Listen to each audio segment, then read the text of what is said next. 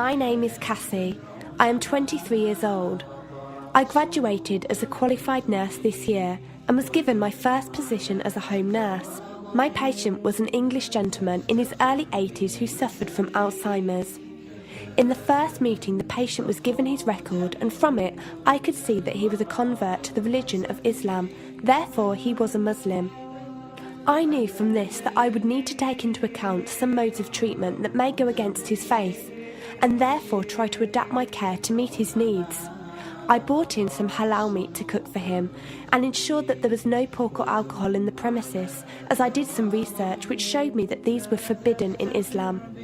My patient was in a very advanced stage of his condition, so many of my colleagues could not understand why I was going through so much effort for him. But I understood that a person who commits to a faith deserves that commitment to be respected, even if they are not in a position to understand. Anyway, after a few weeks with my patient, I began to notice some patterns of movement. At first, I thought it was some copied motions he'd seen someone doing, but I saw him repeat the movement at particular times: morning, afternoon, evening. The movements were to raise his hands, bow, and then put his head to the ground. I could not understand it. He was also repeating sentences in another language.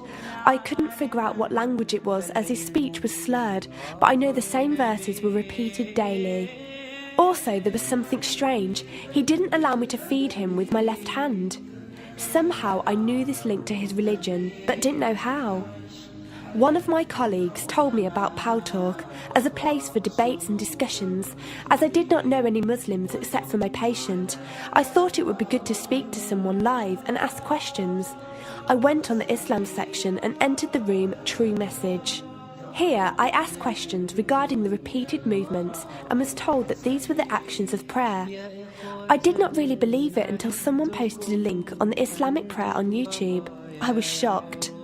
A man who has lost all memory of his children, of his occupation, and could barely eat and drink, was able to remember not only actions of prayer, but verses that were in another language.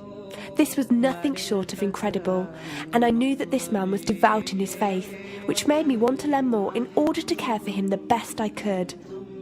I came into the Talk room as often as I could, and was given a link to read the translation of the Quran and listen to it.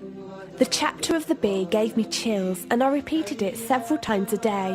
I saved a recording of the Quran on my iPod and gave it to my patient to listen to. He was smiling and crying, and in reading the translation I could see why.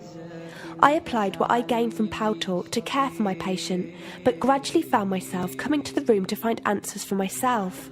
I never really took the time to look at my life. I never knew my father. My mother died when I was 3. Me and my brother were raised by our grandparents who died 4 years ago, so now it's just the two of us. But despite all this loss, I always thought I was happy, content. It was only after spending time with my patient that I felt like I was missing something. I was missing that sense of peace and tranquility my patient, even through suffering, felt. I wanted that sense of belonging and a part of something that he felt, even with no one around him. I was given a list of mosques in my area by a lady on Talk and went down to visit one. I watched the prayer and could not hold back my tears.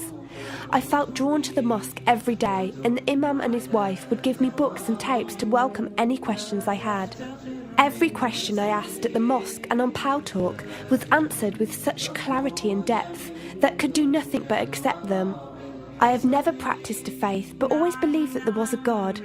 I just did not know how to worship him. One evening I came onto Talk, and one of the speakers on the mic addressed me. He asked me if I have any questions. I said no. He asked if I was happy with the answers I was given. I said yes. He then asked what was stopping me accepting Islam. I could not answer. I went to the mosque to watch the dawn prayer. The imam asked me the same question. I could not answer. I then went to tend to my patient. I was feeding him, and as I looked into his eyes, I just realised he was brought to me for a reason, and the only thing stopping me from accepting was fear. Not fear in the sense of something bad, but fear of accepting something good and thinking that I was not worthy like this man. That afternoon I went to the mosque and asked the imam if I could say my declaration of faith, the Shahada. There is no God except Allah. Muhammad is Allah's messenger. He helped me through it and guided me through what I needed to do next. I cannot explain the feeling I felt when I said it. It was like someone woke me up from sleep and sees everything more clearly. The feeling was overwhelming joy, clarity, and most of all, peace. The first person I told was not my brother, but my patient. I went to him, and before I even opened my mouth, he cried and smiled at me. I broke down in front of him. I owed him so much. I came home and logged onto Paltalk and repeated the Shahada for the room. They all helped me so much, and even though I had never seen a single one of them, they felt closer to me than my own brother. I did eventually call my brother to tell him, and although he wasn't happy, he supported me and said he would be there. I couldn't ask for any more.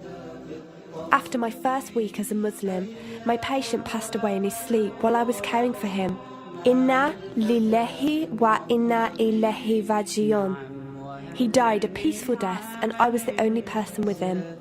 He was like the father I never had, and he was my doorway to Islam. From the day of my Shahada to this very day, and for every day for as long as I live, I will pray that Allah shows mercy on him and grant him every good deed I perform in the tenfold. I loved him for the sake of Allah, and I pray each night to become an atom's weight of the Muslim he was. Islam is a religion with an open door. It is there for those who want to enter it. Verily, Allah is the most merciful, most kind.